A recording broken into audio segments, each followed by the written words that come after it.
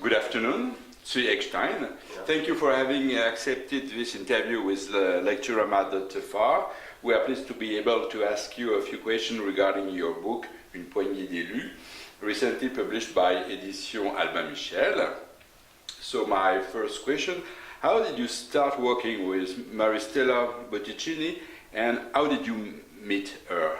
Oh, Maristella and I were both faculty at Boston University, and we went to lunch and we discussed this issue on how the shift in Jews to become emphasizing and devoted to learning actually affect their economic outcomes in occupation, population, and we, the first discussion, thought that we will do a small project, but it became actually almost a lifetime project.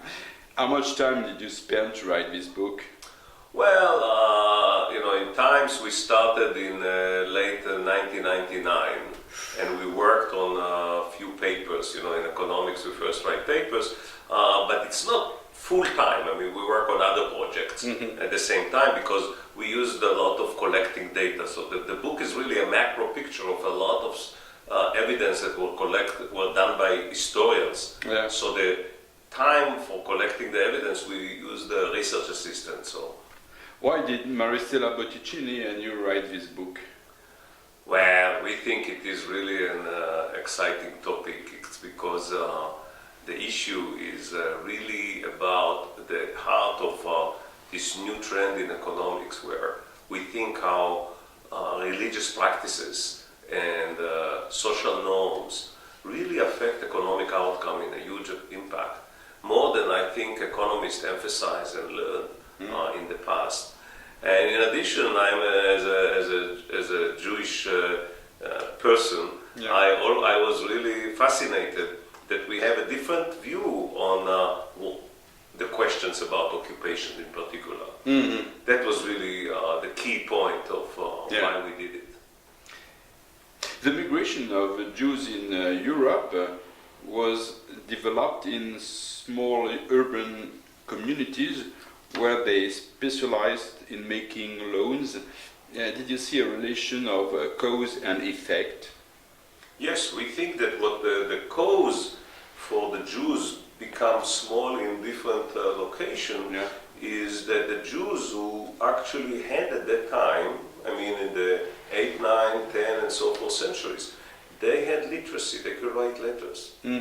They had law enforcement, they have rules of the Talmud, and they could write contract between themselves. And therefore they had an advantage over other minorities and other groups in generating a network of trade. And in the network of trade you need a representative in every different location, and you can find out where prices are lower, so you can bring from there better items, and where prices are higher, so you can bring to them better items. And we already, the first one, which are well known, are the Radhanites. And we have already evidence that they actually went through France already in the 8th, 9th century, where France was just starting to become a commercialized country, and the Jews were already there, bringing items from the East, from China, from Baghdad, here, and vice versa. And that was the networking that the Jews generate, and the infrastructure and the common language gave them the network, the comparative advantage, as economists we say, over the rest. And that was the golden time.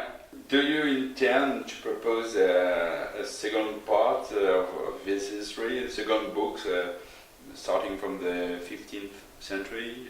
Yeah, we are actually started working on the data collection and facts on the period from 1500 until Second World War.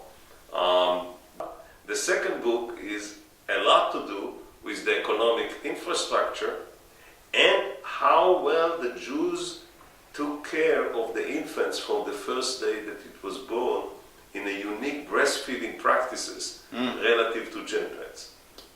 So thank you, Zvi. Thank you. It was very interesting.